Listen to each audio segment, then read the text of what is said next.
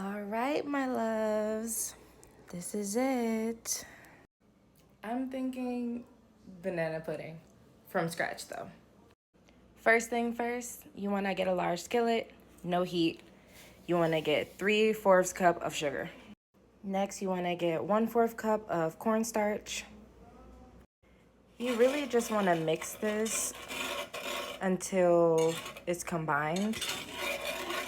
For dinner, I was making baked chicken and some roasted potatoes, but it's looking like my chicken is done. Woo! That is super hot. Oh my god. It's looking pretty good. What y'all think? I don't want to hear nothing about the oven. I know. I gotta clean it. This is real life over here, okay? Keep your perfectness to yourself. Okay, so back to the recipe. After this, you want to add 2.5 cups of whole milk. I use the lactose-free milk because I don't want anybody with any sensitive stomachs over here. I know I slurred a little bit, but half cup of heavy cream, 4 egg yolks. I just put them in there whole because I'm going to mix it later anyway.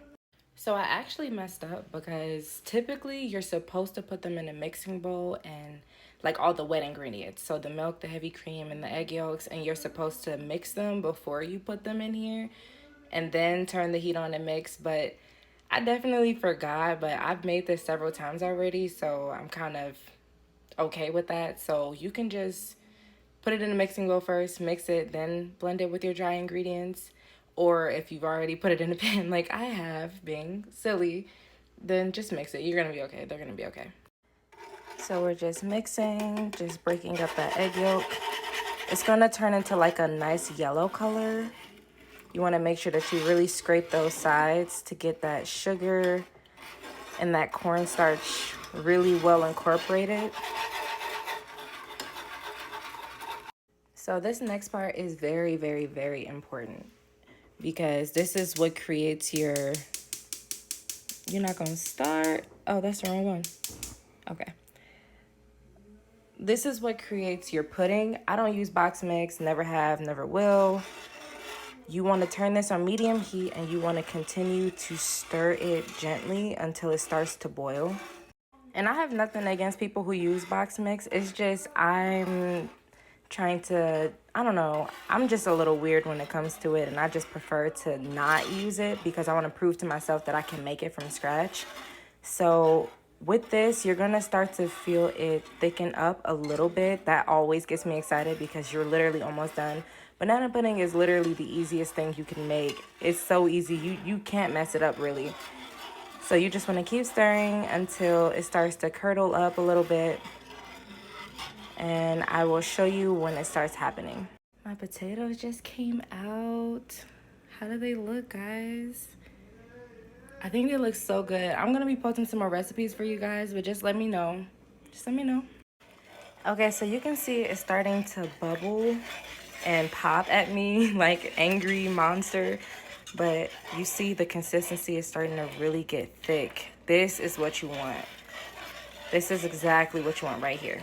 So you're going to stir this for an additional minute after it starts to boil, just so it can get to a nice thick consistency. You don't want it too thick though.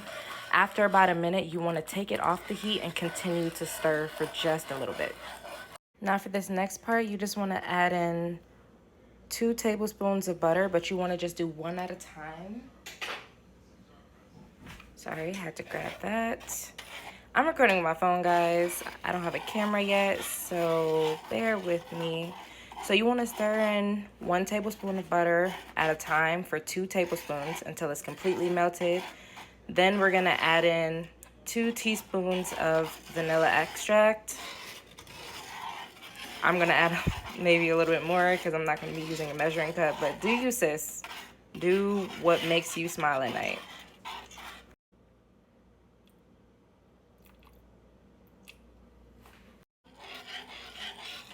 So right about now, it's really at that thick consistency that you want.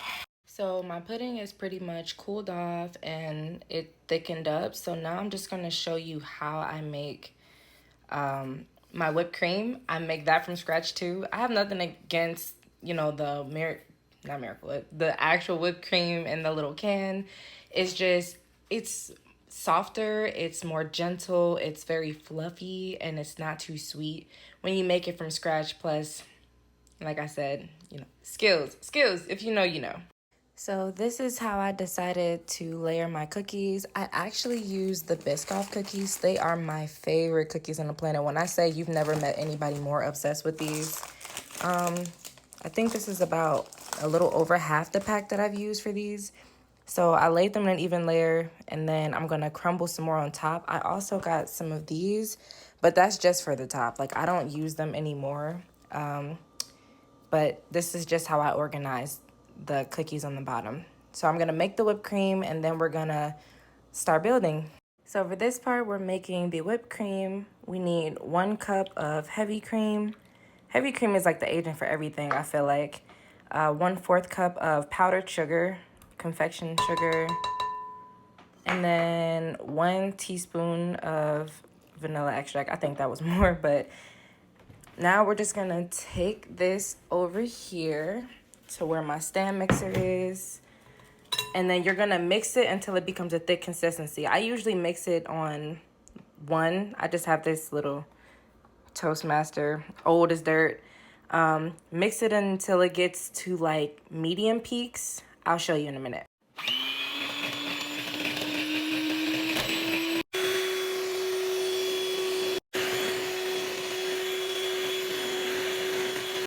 So this is how it looks. Oh, Simba. So it looks, I did a little bit stiffer than medium peaks just because I wanted to make sure that it's gonna hold. So now we're on to the next part. Say hi, buddy. So handsome. So it looks like this. It looks pretty stiff, but you can just mix it and you see it goes right back.